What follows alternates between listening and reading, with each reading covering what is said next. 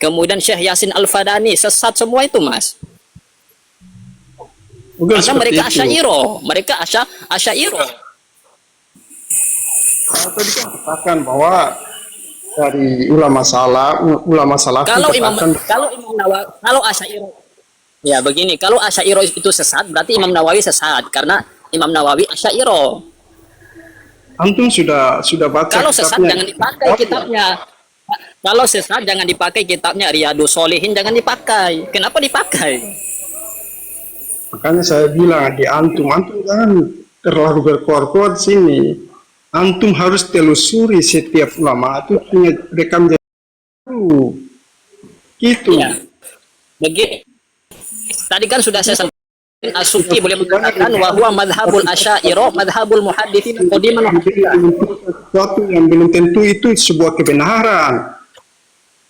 Itu kan mesti antum harus memperbanyak literatur para kitab-kitabnya para ulama baru menyimpulkan bahwa dia begini Mas Tegar. Mas Tegar. Begini Mas Tegar sabda la tajtami'u ummati ala dhalalatin. Tidak akan bersepakat umatku di atas kesesatan. Dan mungkin ulama yang sebanyak itu menyesatkan umat itu, tidak mungkin. Mayoritas itu mengikuti madhab al-Asy'ari dalam urusan akidah. Apakah mereka mau menyesatkan umat? Hadis itu sebenarnya hadis itu diarahkan kepada para Kata siapa itu kamu kan masih belajar belajar lagi yang banyak literasi aja. Sudah belajar. Kita sama-sama belajar dulu. Saya memperbanyak literasi dulu. Ya, literasi belum lagi menyampaikan sesuatu yang lain lagi. tahu. Idza ra'aitum ikhtilafan fa'alaikum bisawadil a'dham. Banyak sekali hadisnya itu untuk kita berpegang teguh kepada mayoritas umat Islam banyak. Idza ra'aitum ikhtilafan fa'alaikum bisawadil a'dham. Hadis itu diarahkan kepada para sahabat, bukan kita sekarang. Karena Allah Subhanahu wa taala katakan ente mengkhususkan harus dengan dalil. Ente mengkhususkan dalil yang umum. Dalil yang umum harus pakai dalil, Mas. Jangan ente mengkhususkan yang hadisnya bersifat umum. Antum punya narasi ini seperti Bang Hilman katakan kemarin bahwa perbedaan itu adalah rahmah. Itu yang saya katakan bahwa ini ulama atau siapa ini yang katakan bahwa perbedaan itu rahmat. Baru dia membawakan itu sebuah hadis. Orang ini apakah ini hadis atau tidak? Itu sampaikan kepada umat ini. Mereka belum begitu banyak tahu terkait dengan masalah agama. Padahal itu sebenarnya itu bukan bagian dari hadis. Bahkan hadis palsu atau mengatakan itu khusus Mas Tegar. Kalian katakan bahwa gimana ente mengatakan itu adalah khusus para sahabat. Kesatuan adalah umati ala dhalalatin. Ente belajar ilmu. Kalau belajar usul fikih di sana nanti akan dibahas itu di antara dalilnya ijma. La tajtami'u ummati ala dhalalatin. Gimana ente mengatakan itu khusus para sahabat? Coba antum cari literasi yang banyak tuh. Jangan antum lihat satu. Coba ente itu kalau mengkhususkan sesuatu. Ente itu kalau mengkhususkan dalil yang sifatnya umum, ente datangkan dalil seperti Mas. Jangan ente mengkhususkan dengan pemikiran ente sendiri. Allah katakan di suratnya wa in tuti aksara man fil ardi yudilluka an sabilillah. Dan sesungguhnya kebanyakan orang yang ada di dunia ini akan menyesatkan kalian dari jalan Allah. Jadi kebanyakan dalam Islam mayoritas itu bukan jadikan sebuah kebenaran. Adapun kebenaran yaitu disandarkan di atas Al-Quran dan Sunnah, di atas pemahaman para sahabat. Iya, kebanyakan seperti itu. Makanya kebanyakan orang-orang sesat. Tapi kalau kita lihat kebanyakan ulama tidak mungkin menyesatkan umat, Mas. Saya selesaikan dulu. Mas Tegar, ulama itu sebanyak sekarang dunia ini mana yang banyak antara umat Islam dan umat di luar Islam, mana yang banyak? Bedakan ulama dengan orang awam, Mas.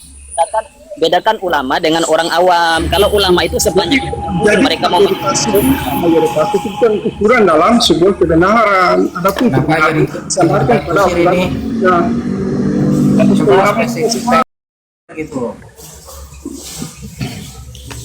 Jadi antum sampaikan tadi itu hadisnya diarahkan kepada sahabat dan kita.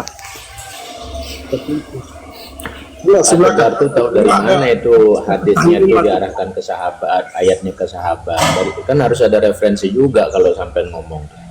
Dari tadi kan ngomong Al-Quran, hadis terus diarahkan ke sahabat.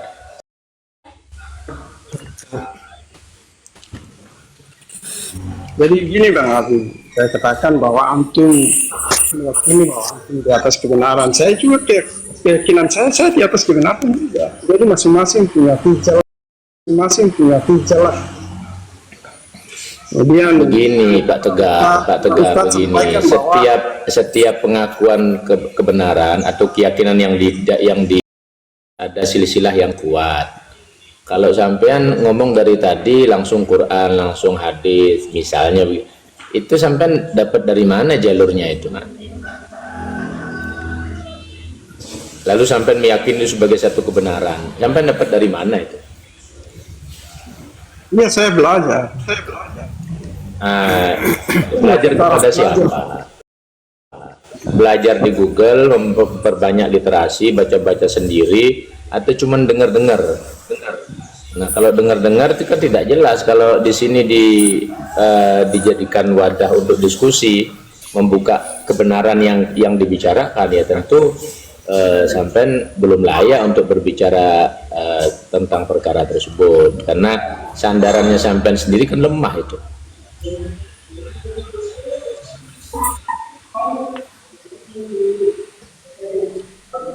Ya mungkin yang lain.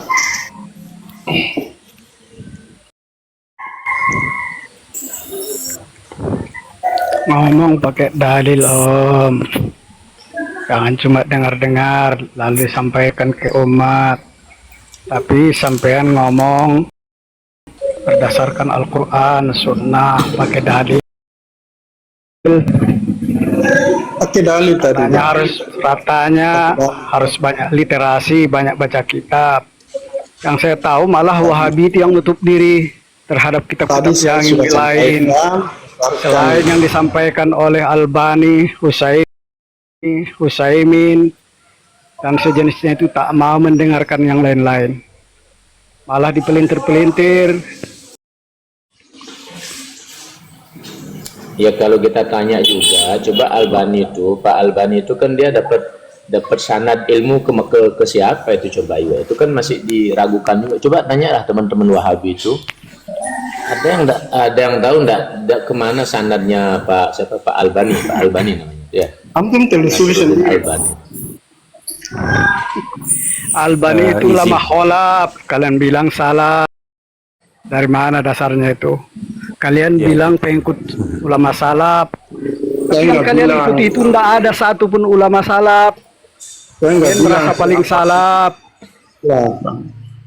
Sudah saya telusuri Pak Albani itu sedikit ya. Sudah saya telusuri Pak Albani itu dia tukang jam. Dia rajin-rajin memang di perpustakaan. Lalu dia rangkum-rangkum itu kitab ilmu-ilmu hadis itu sanadnya. Lalu dia lemahkan sendiri. Dia katakan saya sendiri menurut dia. Gurunya Itu yang siapa? saya sudah telusuri. Terus gurunya siapa? Sudah dia tidak punya guru. Gurunya Si siapa? Pak. Dia tidak punya guru, dia cuma teliti sendiri di perpustakaan. Terus dia sesuka-suka dia mensohihkan, mendoifkan, suka-suka dia aja. Yang tidak sesuai dengan pemahaman dia didoifkan. Memakai hujannya kan, memakai pendapatnya kan.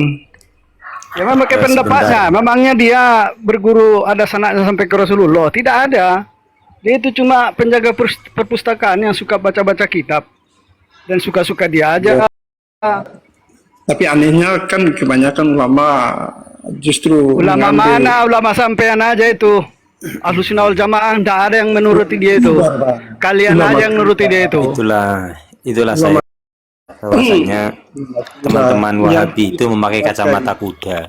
Mereka hanya menerima dari sisi mereka saja. Kalau dan kacamata menutup- kuda masih lumayan Ustadz, kacamata babi dipakai orang itu. dan menutup kebenaran dari yang lain. Ulama dari kalangan habaib. Sebentar kan Tegar. Di kalangan Kembali kepada ini. tadi bahwasanya sebetulnya Iya. bid'ah yang paling besar itu adalah dari kelompok sampean yang menyatakan Abu Jahal dan Abu Lahab itu adalah orang yang takwid, ya. Dengan dasar mereka kan apa?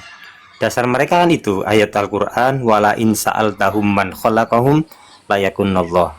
Kalau seandainya mereka ditanya siapa yang menciptakan mereka, maka layakulunallah. Itu yang dijadikan dasar mereka. Tapi mereka lupakan ayat selanjutnya.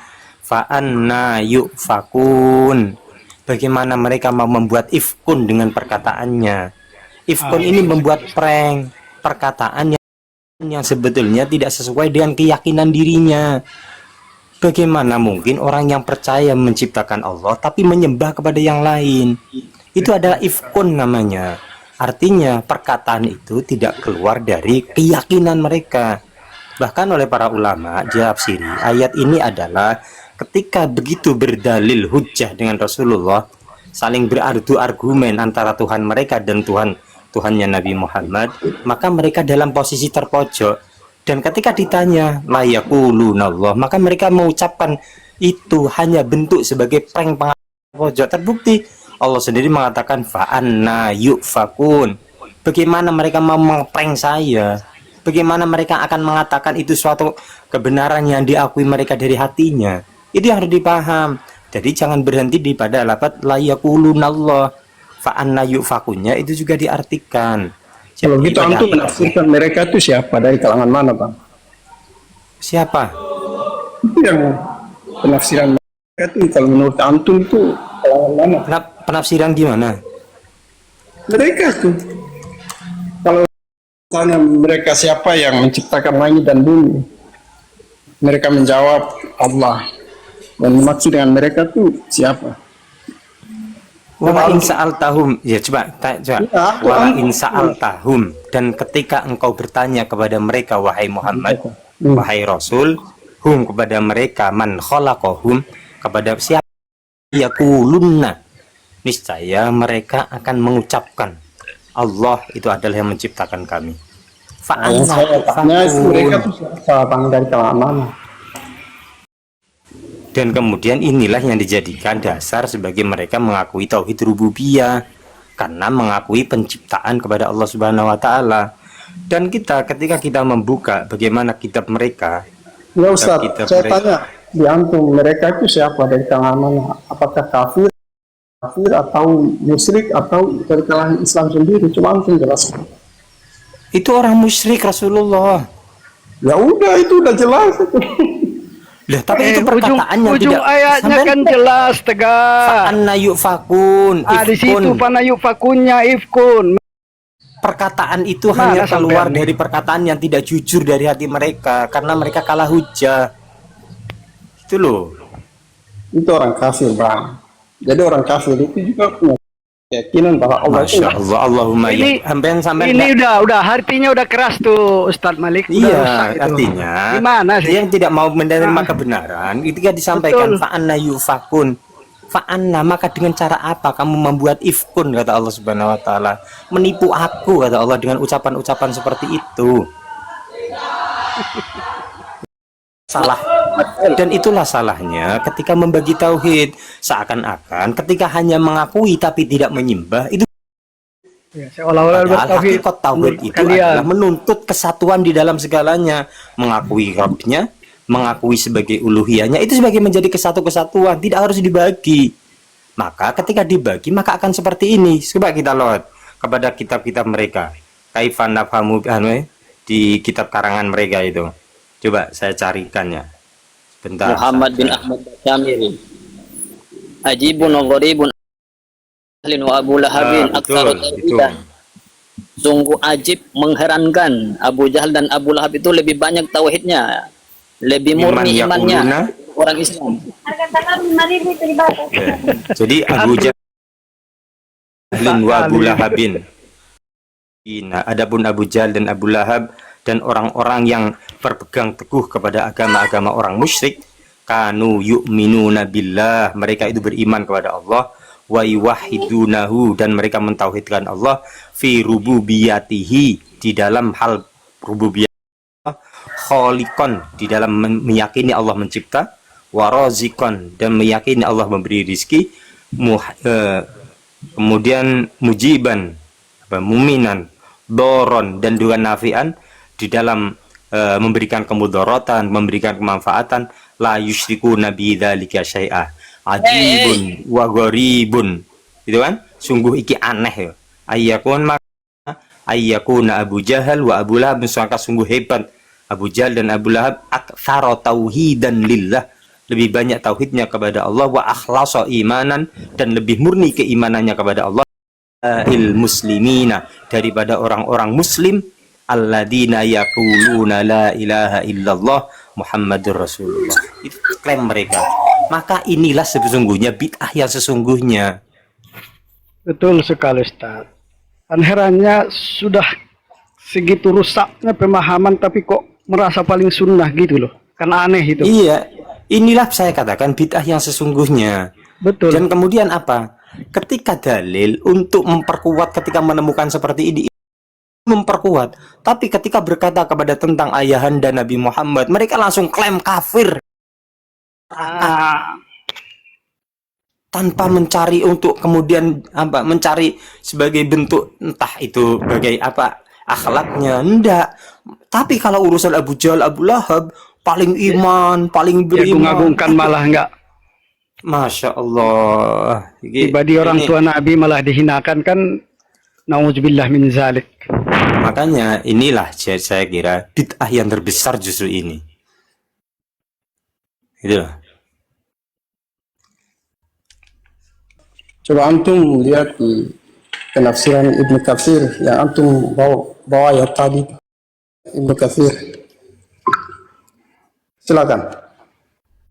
Ya cari coba. Iya memang di Ibnu Katsir itu menunjukkan seperti itu. Oke. Akan tetapi kan gitu sebetulnya. Tapi kan tidak bisa dijadikan landasan untuk yang lain. Apakah yang lain juga seperti itu? Makanya kalian ya. Nah, sampean itu ketika ada orang yang menafsiri dan kemudian sama dengan jenengan, itu kemudian diterima dan itu dipertahankan. Tapi kok ada yang kemudian tidak sesuai, walaupun itu banyak, itu sampean tolak. Itu loh, jadi sampean itu mencari sisi-sisi yang hanya sedikit yang kemudian sampean anggap sama dengan misi sampean, maka itu sampean bawa. Itu picik namanya.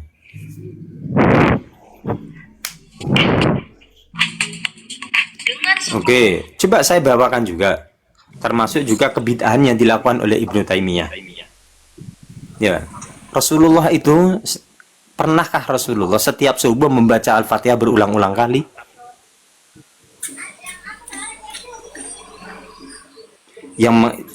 Artinya ada saudara kita ketika ada yang melakukan satu kegiatan rutinitas yang itu tidak dicontohkan oleh Nabi, kemudian lantas mengatakan itu bid'ah dan lain sebagainya.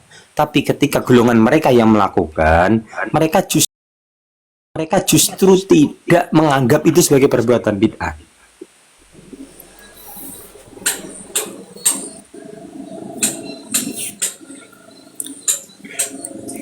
Itu loh.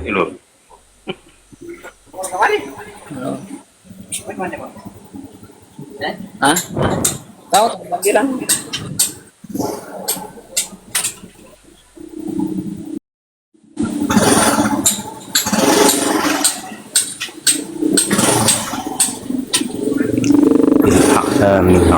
Alamiah. Mana yang menjelaskan?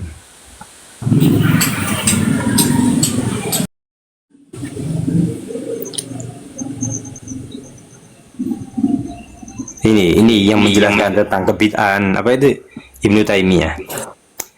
Wa kuntu, ini kata santrinya menceritakan tentang apa itu manakib daripada Ibnu Taimiyah. Santri ini wa kuntu muddata iqamati bi Dimishq. Dan dulu ketika saya berada di Damaskus, zamahu jullan nahari, dan kathiran minal lail, dan bahkan sebagian malam banyak. Wa kana yudnini minhu, dan aku mendekat, sangat dekat bersama dengan, hatta yujlisuni, sehingga aku sangat duduk dekat dengan beliau, ila janibihi wa kuntu, dan saya mendengar, asma'u ma yatlu, saya mendengar apa yang Ibnu Taimiyah bacakan, ma yudhkaru, dan apa yang beliau sebutkan, hina idin, pada saat itu, fara'aituhu yaqra'ul fatihata, dan saya mendengar beliau membaca surat Al-Fatihah, wa yukarriruha, dan beliau mengulang-ulangi itu, wa yaqta'u dzalikal waqt, dan menghabiskan waktu setelah subuh itu, kullahu dzalikal waqti kullihi, a'ni minal fajri ila irtifa'i syamsi fi takriri tilawatiha, itu adalah mulai dari fajar sampai naiknya matahari, dan mengulang-ulangi bacaan itu. Maka pertanyaannya sekarang, apakah ini dilakukan oleh Rasulullah? Apakah ini kemudian dilakukan oleh Rasulullah dan kemudian Ibnu Taimiyah menirunya? Cari dasar hadisnya, Rasulullah bahwasanya mengulang pembacaan Fatihahnya setelah subuh, menetapkan waktu subuh, dan itu dilakukan berkali-kali.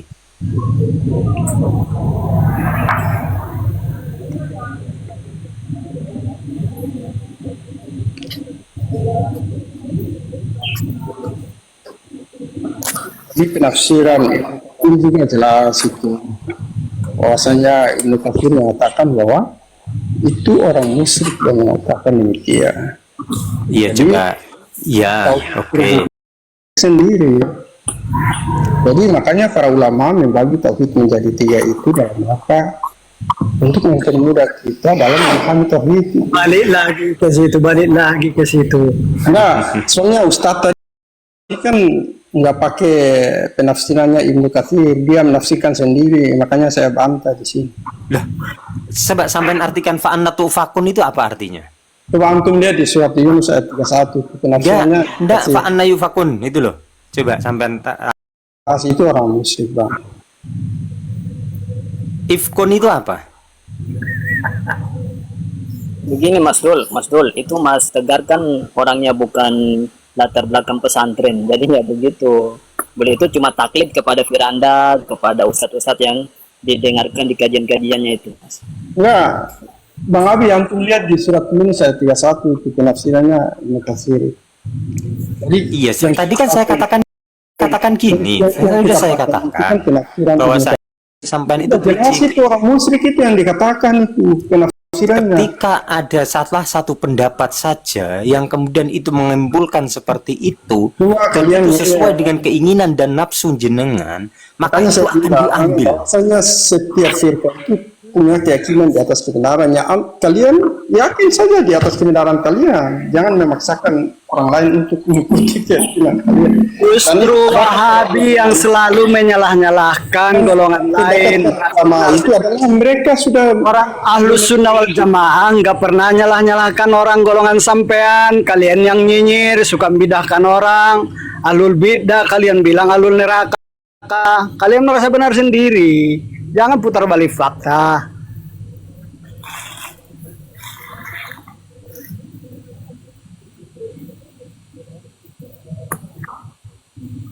Apalagi mengatakan sembelihan kaum Asy'ariyah itu sudah halal, Mas.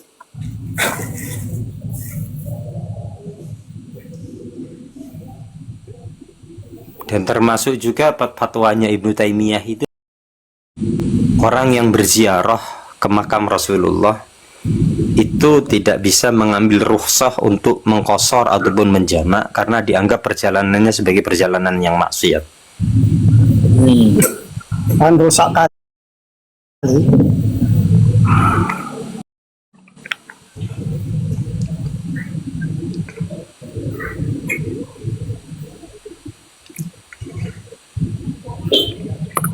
Allah, Mas Tegar. kembali kepada niat masing-masing, Bang. Jadi, Ya, nama amal itu kan. Karena setiap orang yang pergi umroh itu kan niat masing-masing kan. Jadi kembali kepada masing-masing. Dan tujuan ada sebagian orang tujuan berangkat umroh itu kan tujuannya ambil jimat karena gunting itu yang apa Ka'bah itu kan niat masing-masing, itu yang kemudian para ulama menyampaikan seperti itu. Kembali kepada niat masing-masing. Sok bijak. Iya. Drama itu tergantung pada niat kan. Bisa ada orang yang berani istimbat hukum dengan hanya terjemah dan kemudian menerima padahal kebenaran. Ya terserah, sudah kembali kepada